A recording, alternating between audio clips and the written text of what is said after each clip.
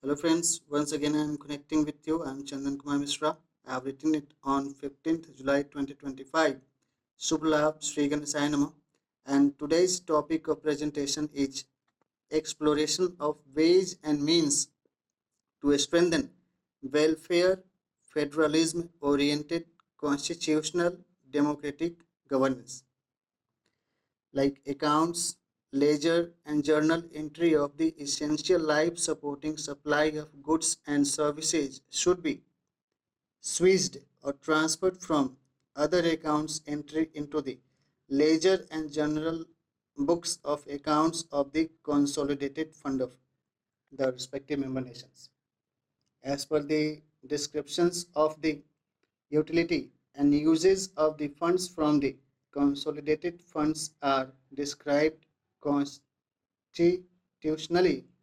Constitutionally, its usage remains uninterrupted even in case of emergency. Thus, assures guarantee of protection of the rights of the mobilized and responsible servicemen of the country, serving dedicatedly for protection and enforcement of the welfare federalism oriented constitutional democratic governance. As the sole concept of the democratic governance is described as the model of welfare governance of the people, for the people, and by the people. Privileged servicemen immune through sustained access of social, economic, and political rights well recognizes the positive outcomes and impacts of smooth access of the resources and services for improving the ease of living, human development on various developmental indicators, and increased comfort and happiness. Thus, their ethico-medical legal foresights and approaches inclines towards enforcement of the humanitarian services for entire humanity. Essential life supporting requirements of goods and services includes number 1, daily 2 to 3 times receipt of balanced diet for every individual human beings. For example, cattle, yeah, milching animals are also fed twice or thrice daily. Number 2, access and availability of the pure and clean drinking water and hygiene and sanitation facilities. 3, availability of clothes and bed as per the seasonal requirements of the summer, autumn, rainy seasons and winter. Number 4, possession on shelter home or houses as per the size of the person and family. Example, even wild animals are also conserved into different ecological zones, zoos, sanctuaries, and forests. Number 5, prompt and accessible availability of healthcare medicines, therapeutics, drugs and medicines, diagnostic technologies and tools, infrastructure for indoor and outdoor patients' care and treatment, trained and skilled healthcare service providers in adequate proportion of the population should be hired and deployed.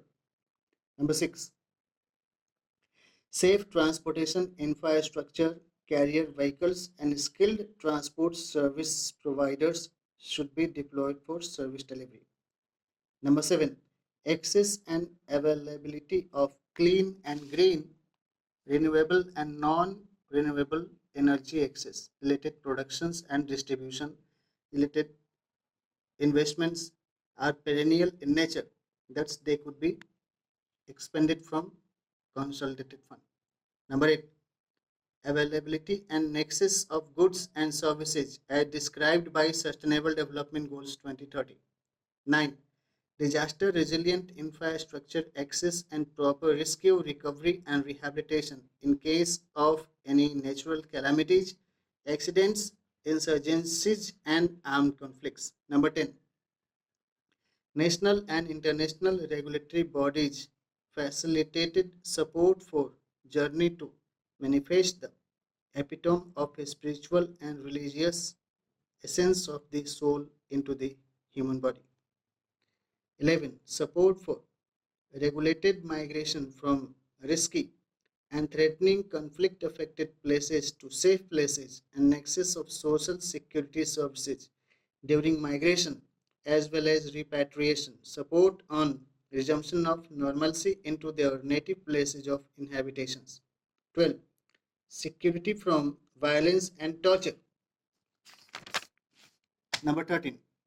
Access to educational services, recreation, community engagement and socialization events, and entertainment. 14. Employability skills development services and sustainable employment with provisions of safety at workplace as per the International Standardization Organization Manual on Safety Procedures at Workplace. 15. Protection, quarantine, health testing, health status tracking, immunization, treatment, post treatment revival follow up care, and health sustainability services. 16. Protection of the intellectual property rights IPOs of the individual. 17.